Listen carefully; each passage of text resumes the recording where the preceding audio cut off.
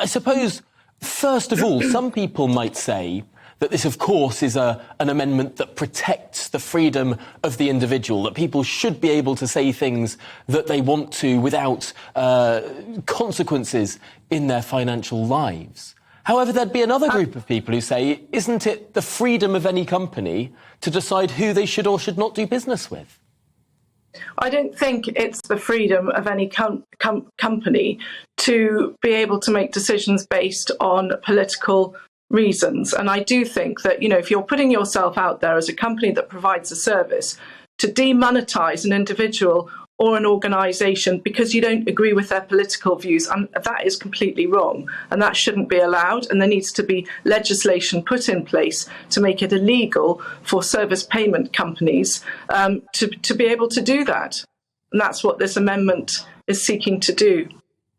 Now, how far would this amendment go? Because there are some examples. For example, I suppose the gold-plated version of free speech is, of course, the United States First Amendment. And that, of course, protects the right of people who want to, for example, deny the Holocaust or say some really pretty outrageous things on the left of politics. It would protect the Westboro Baptist Church and the picketing of soldiers' funerals, all of these sorts of things.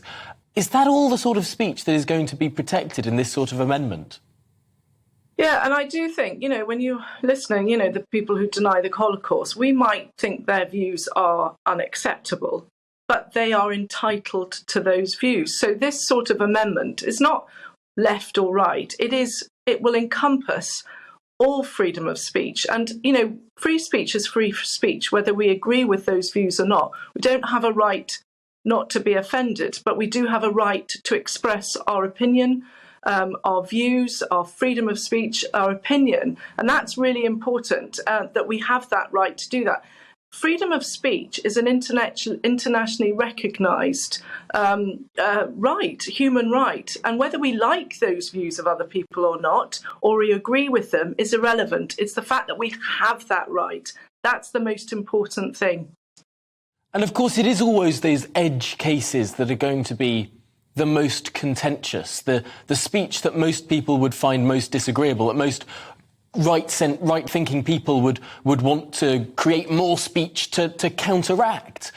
And yet it is going to be those sort of examples that are put up to say that this is not the sort of amendment that has a place in modern Britain. What's your answer to those who would say companies should be able to shut out people who spread misinformation or say racist things or all of those other really quite distasteful elements that free speech sadly encompass? But free speech is that. It does encompass unacceptable views. We might think they're unacceptable. There'll be those few extremists that think they are acceptable. And we have to be able to counter that view, those extreme views, with very good argument as well. So this is what enables people to make decisions based on proper sort of views. I mean, Tom, the views you and I might have compared to some other people are quite mainstream. I mean, I don't like extreme views, but it doesn't mean that we should stop people expressing those views. Let's talk about process for a second now. This amendment, what chance in reality does it have of becoming law? What sort of support have you been able to garner behind it? So I think there's quite a lot of support.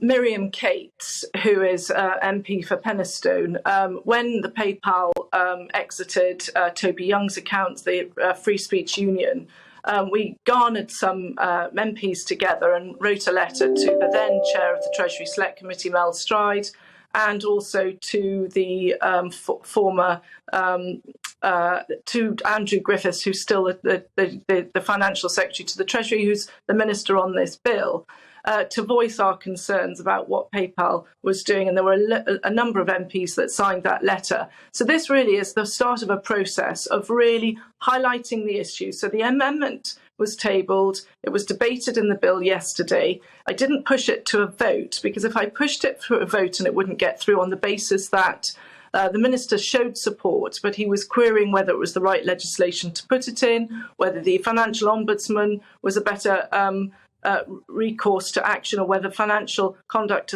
Authority itself was able to monitor free speech. There are all these issues that need to be taken into account. If I pushed it to a vote yesterday, it wouldn't have got through and the amendment would be dead.